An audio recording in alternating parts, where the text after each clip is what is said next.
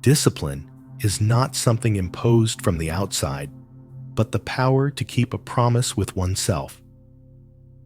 That is a call from the depths of the soul, resonating with the thought of Carl Jung. Morning train. A woman quietly opens a paperback book in a crowded train car. Amid her tired expression, there appears something like a momentary will, unnoticed by anyone without being evaluated by anyone. Even so, she continues to stand at the same time every morning. In that figure, discipline is certainly alive. Self-discipline is not merely about effort or perseverance. It is a daily attitude of answering the question, who am I? I failed again today. Why am I always giving up after 3 days? Many people end up blaming themselves. However, Jungian psychology quietly whispers, the reason you cannot keep your promises is not because your will is weak. It is because your true self is absent there. Discipline is not a matter of doing or not doing, but a matter of who you live as. It is also about entrusting yourself to symbolic entities within, such as the inner king or warrior. It is about reclaiming the promises made with yourself that were pushed into the unconscious.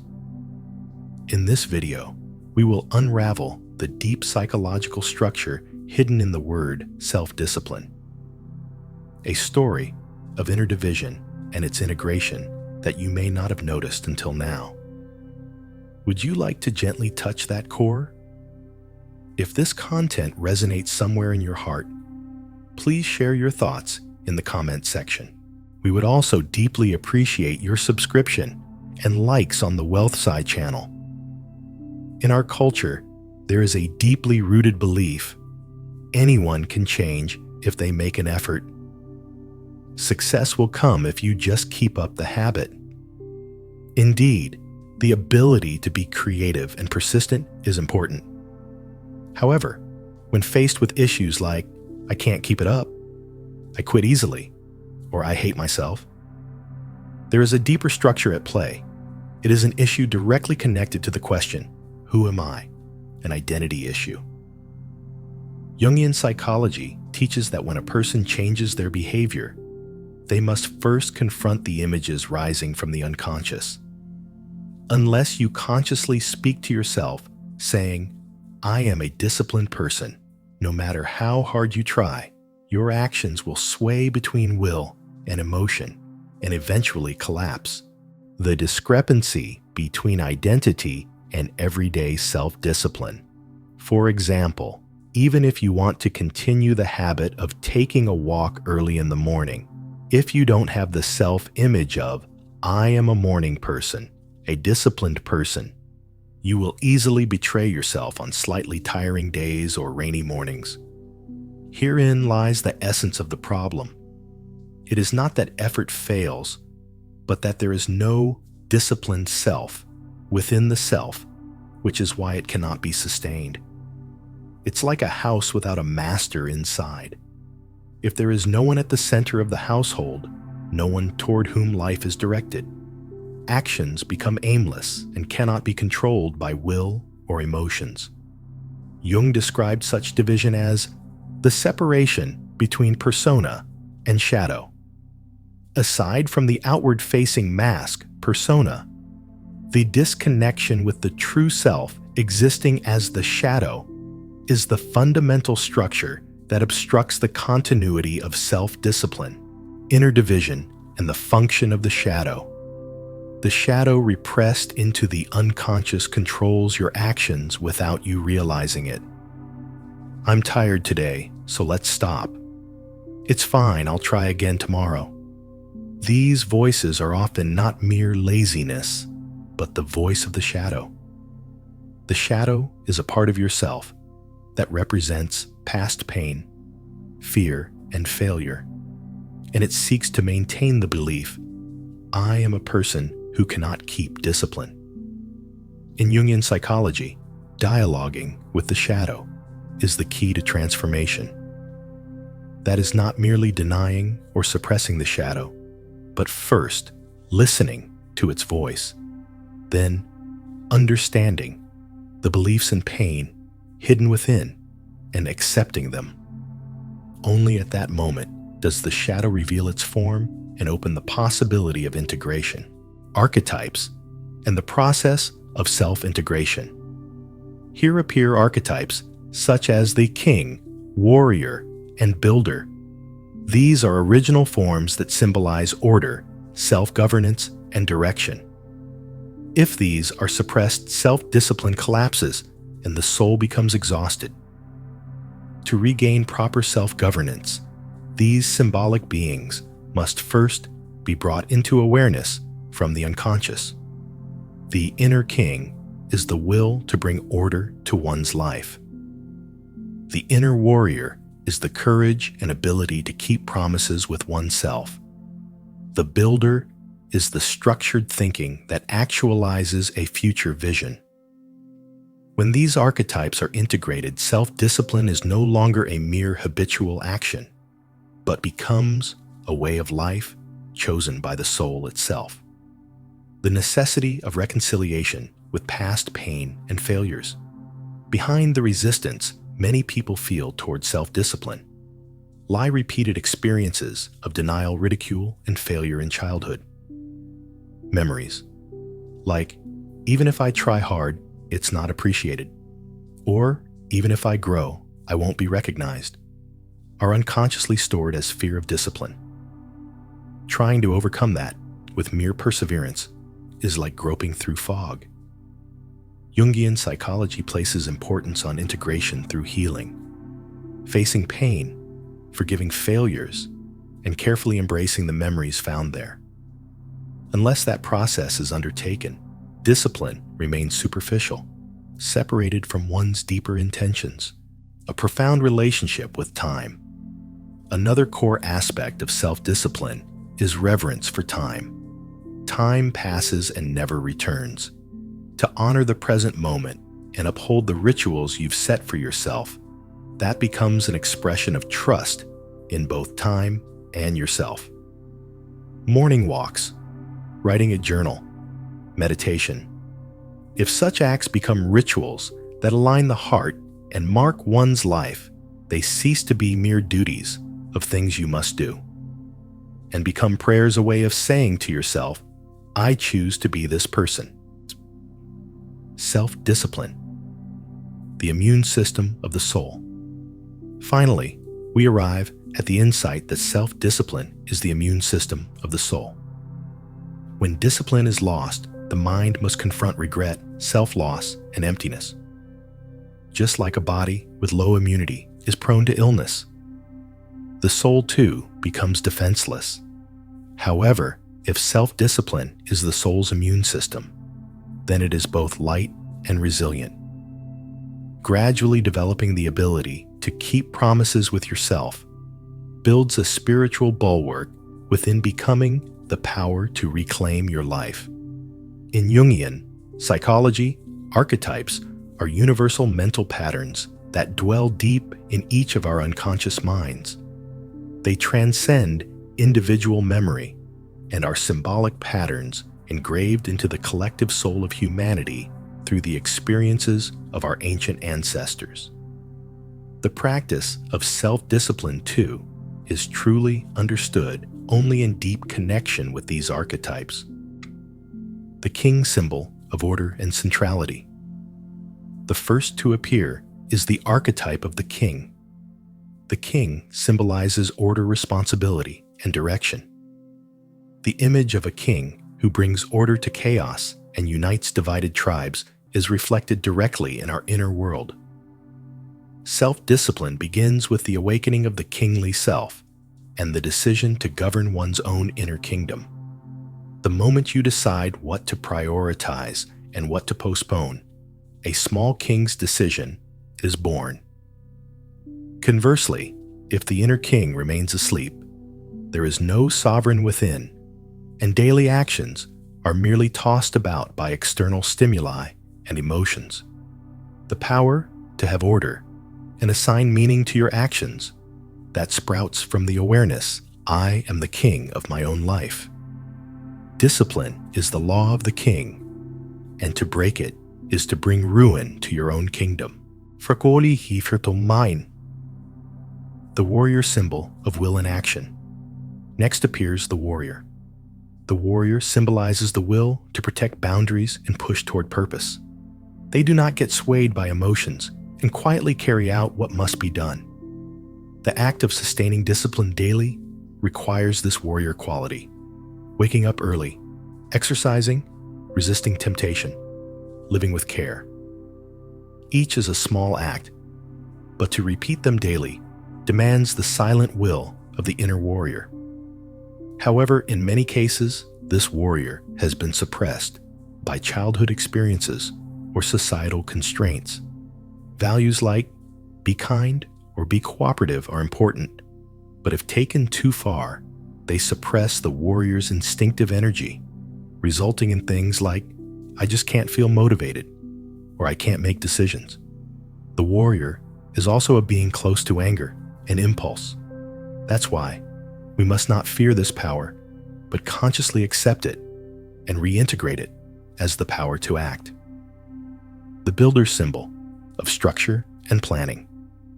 The third archetype is the builder. The builder symbolizes the power to hold a long-term perspective and to shape visions into concrete forms. Self-discipline is not simply about endurance or spur-of-the-moment energy. It is also a structural issue about building the future through daily accumulation.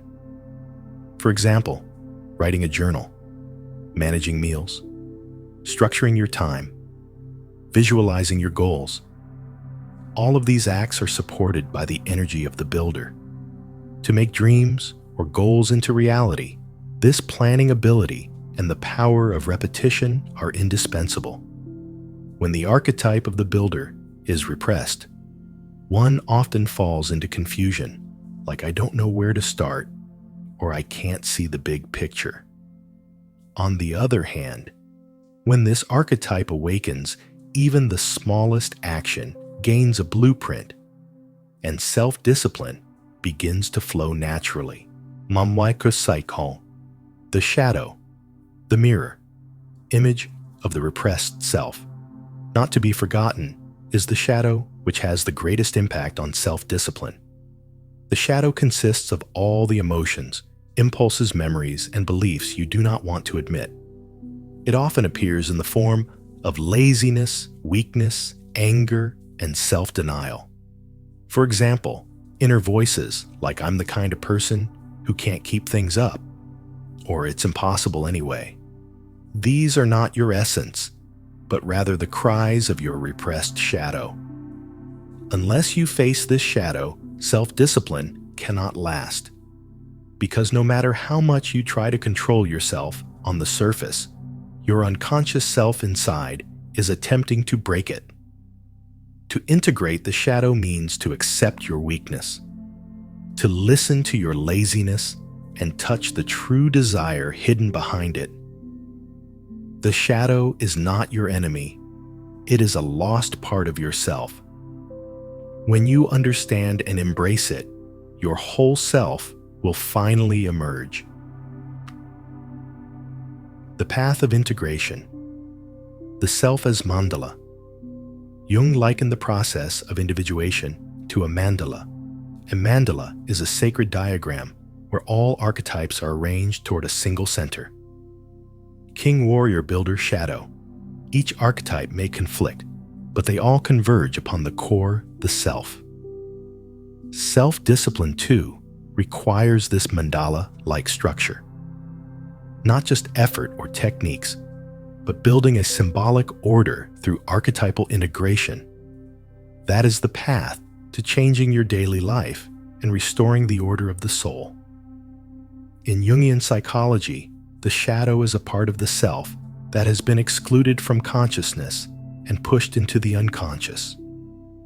It includes not only negative elements like desires, fears, anger, laziness, and weakness, but sometimes even strength and talents that one originally possessed, but were suppressed as well. Failures in self-discipline or difficulty in forming habits cannot be discussed without considering the role of the shadow. Two selves, the commanding me and the breaking me. I'll start waking up early tomorrow. I'll never stay up late again. I'll cut back on sweets. Surely you've said one of these before, but somewhere in your heart, you already know you won't be able to keep it. This isn't an issue of willpower. It is evidence that there is another me inside you, the one who gives the command and the one who breaks it. This inner division is the sign of the shadow's presence. The one who breaks it is not simply lazy.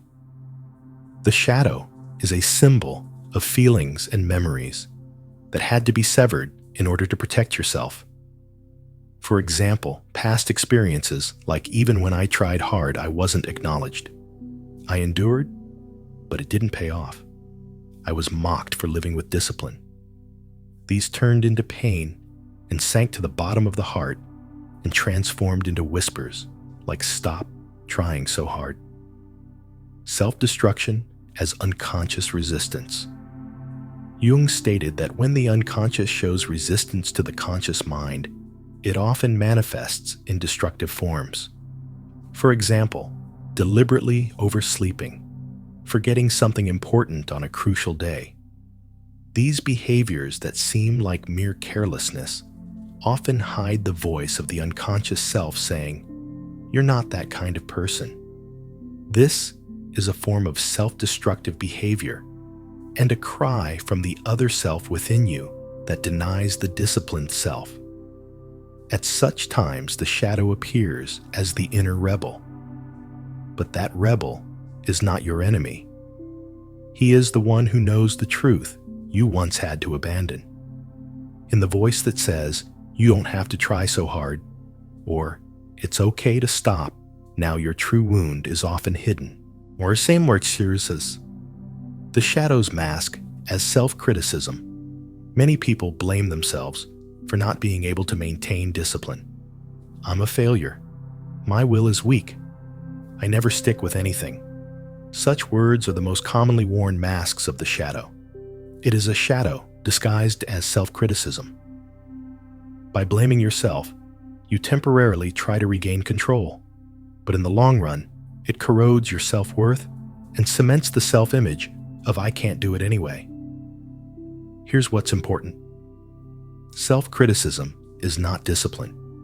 It is simply an attack and can even become a poison that obstructs self-integration.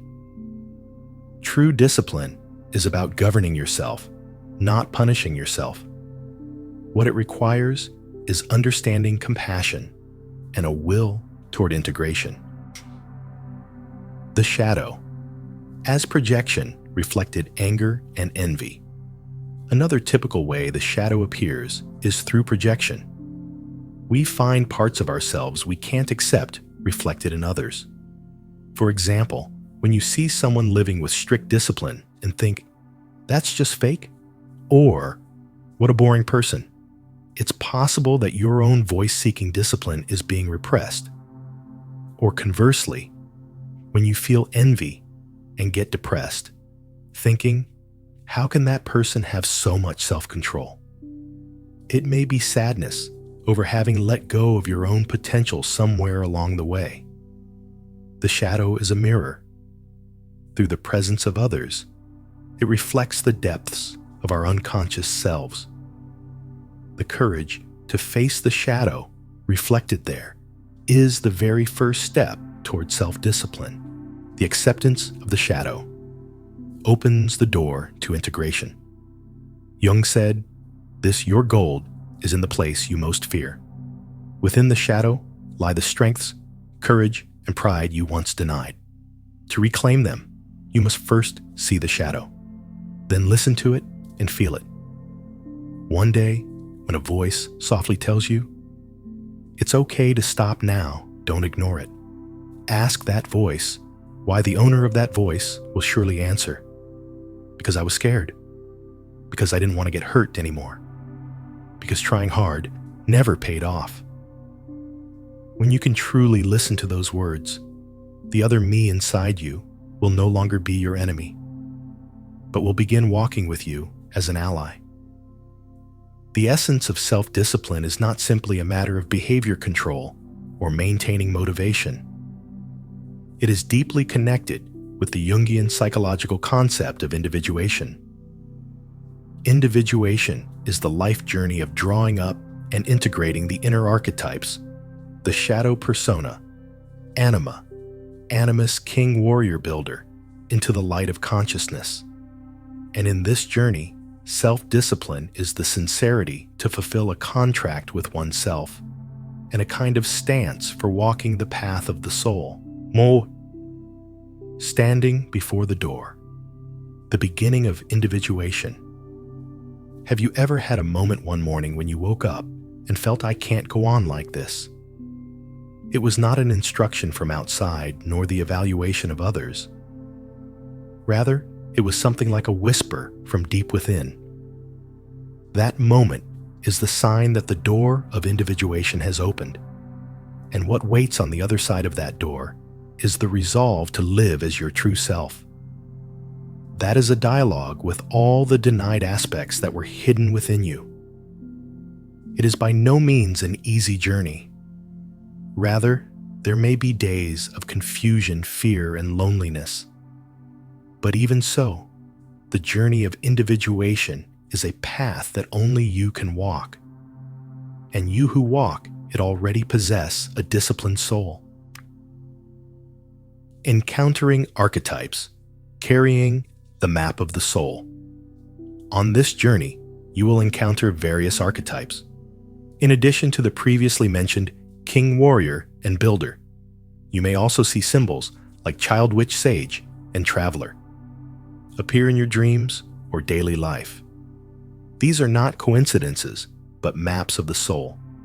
Each symbolizes the challenges and potential you carry, and they serve as guides leading you from the unconscious to your next step.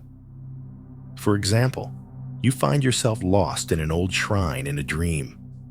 An old man standing in the precincts hands something to you.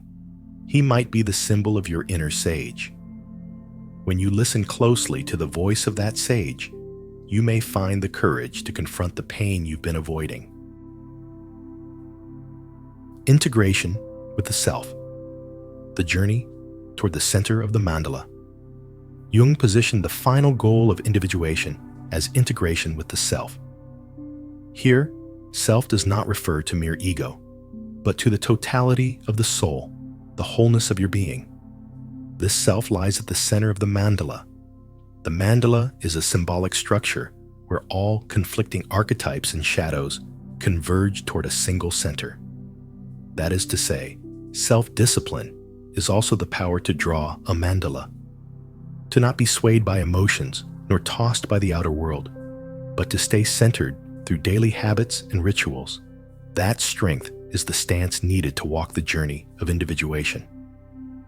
Individuation in myth. Symbolic process in Japanese mythology. Japanese mythology also contains symbols of individuation. For example, the story of Susanoo in the Kojiki. Reckless and unruly, stirring the seas and angering his sister Amaterasu. Susanoo is banished from the heavens and falls to the earthly realm. However, he later slays the eight-headed serpent Yamata no Orochi and takes on the role of a new ruler. This myth precisely symbolizes the exile and reintegration of the shadow, the return from chaos to order, and the journey towards self-establishment. You may also have an aspect within you, like Susanoo Wild, destructive, rejected, and forgotten. But rather than casting it off as evil, it is by reintegrating it that the true self awakens. Discipline as prayer, sacredness in everyday life. Daily self-discipline. Waking early, tidying up mindful meals, moments of silence. Each of these may seem like trivial routines from the outside, but when they are connected to the inner vow of I choose to walk this path, they become a form of prayer, a quiet evening holding a teacup, taking time to reflect on the day, pausing during a walk and looking up at the sky. Even if no one is watching, the will of I live as myself resides there.